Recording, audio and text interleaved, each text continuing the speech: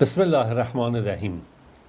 داستان امروز ما داستان صحابی بزرگوار دیگری هست که شاید برای شما شناخته شده نباشه، برای خیلیتون، هرچند که با این فیلم و سریال هایی که الحمدلله در ارتباط با زندگانی حضرت عمر فاروق رضی الله عنه و برخی سریال های دیگه پخش شده، حتما شاید اونایی که دقت کردن با این اسم آشنا باشن. ما در مورد کسی میخوایم صحبت میکنیم که این شخص فرزند ابو جهل هست. فرزند ابو جهل، یکی از سخت‌ترین دشمنان پیامبر،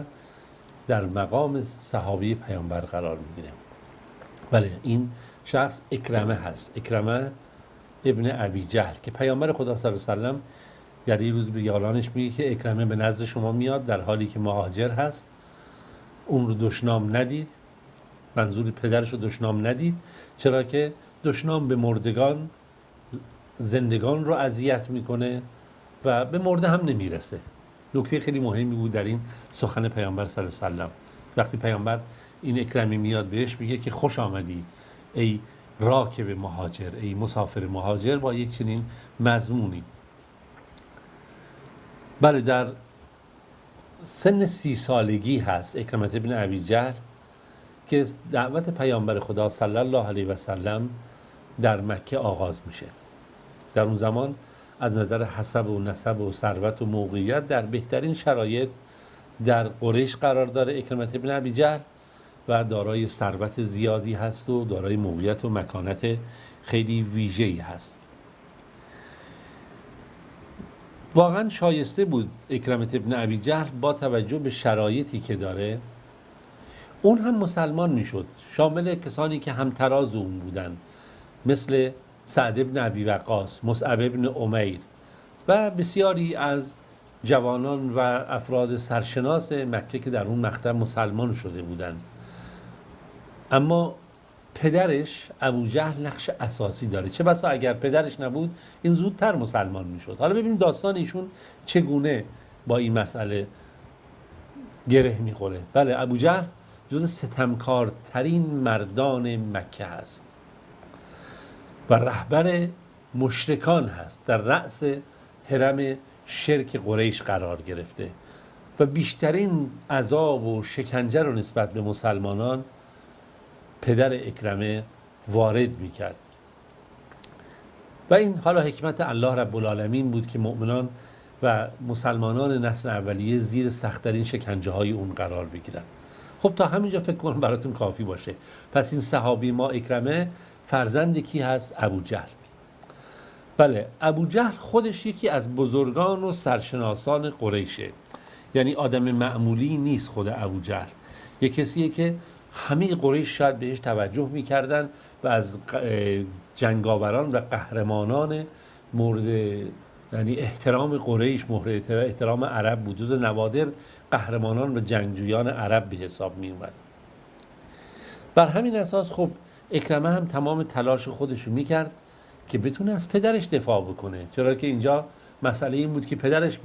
با پیامبر صلی الله علیه و سلم دشمنی میکرد، مقابله میکرد و اکرمه هم تحت تأثیر عصبیتی و محبتی که نسبت به پدر داشت از پدر داشت دفاع میکرد و بر همین اساس اون هم سعی کرد سخت‌ترین برخوردها و دشمنی‌ها رو با پیامبر خدا داشته باشه، تا جایی که هر چقدر بیشتر سعی میکرد که یاران رسول خدا رو صلی الله علیه و سلم رو شکنجه بده، عذاب بده، تخریبشون کنه، در بدترین شرایط روحی و روانی قرار بده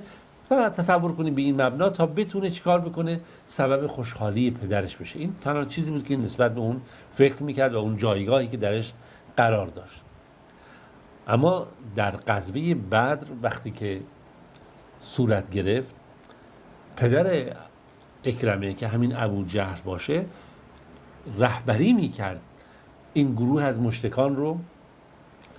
برای اینی که بتونن اسلام و مسلمانان رو نابود بکنن و قسم هم خورد. نیا کنید اینها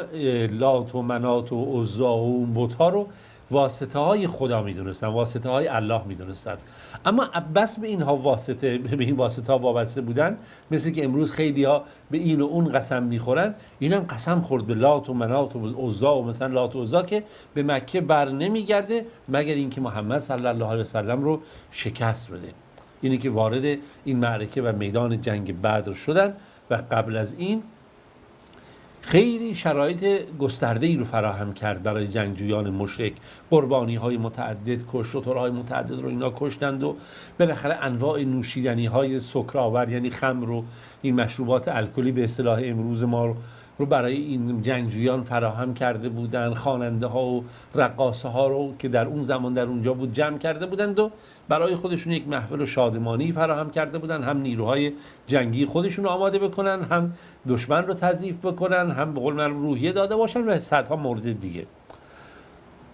و خب در این میدان جنگ اکرمه بازوی پدرش حساب میشد، همراه پدرش بود و پدر به این اعتماد داشت و وارد یک چنین جنگی شدن. بله، اما این قسم و این حمایت از این لات و عزا خوردن و اینها به درد ابو جهل نخورد و در این میدان جنگ شکست خوردن. به عبارتی شرک، بت پرستی، واسطه گرایی که با شرک آلوده بود در این جنگ شکست خورد و ابو جهل در خاک و خون غلتید و اکرمه با چشمان خودش دید که چگونه نیزه ها و شمشیرهای مسلمانان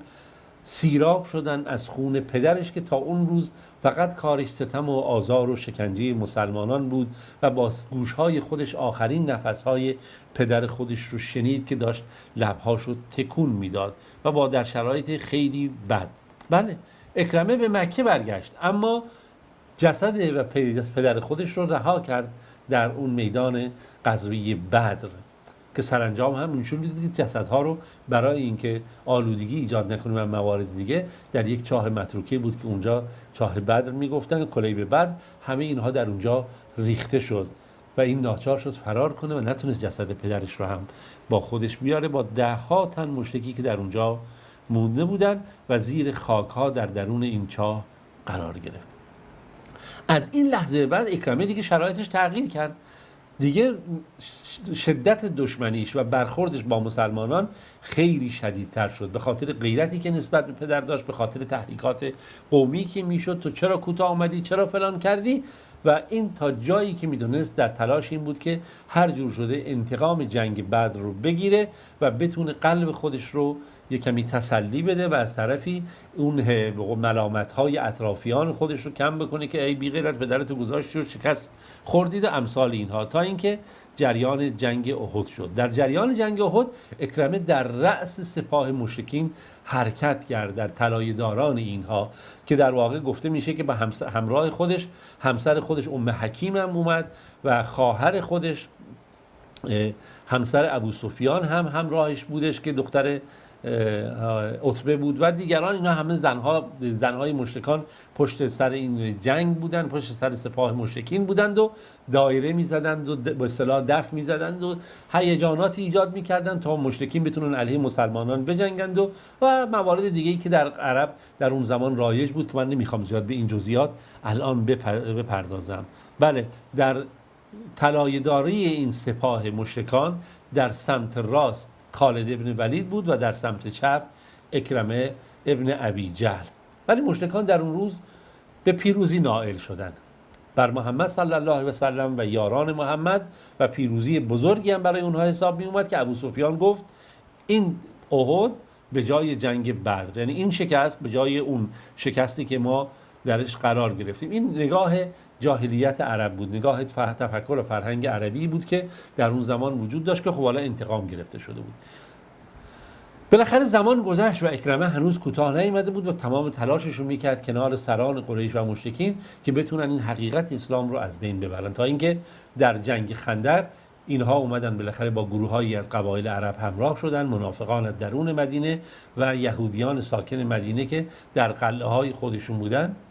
که بتونن مسلمان ها رو در یک شرایط خاص قرار بدن و از بین ببرن. خب داستان جریان خندق رو هم که گفتیم که سلمان فارسی رضی الله عنه چنین طرحی رو برای پیامبر قرار داد که شما میتونید مناطقی که قابل ورود هست این مناطق رو چیکار کنید، خندق بزنید که تا اینا نتونن بیان. خب اکرمه هم در رأس این سپاه مشرکین بود برای حمله به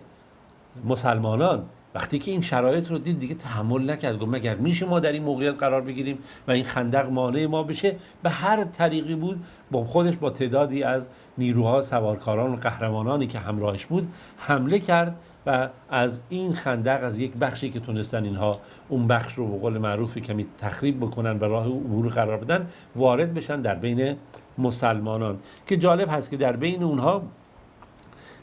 شخصی هست به نام عمرو بن عبدود و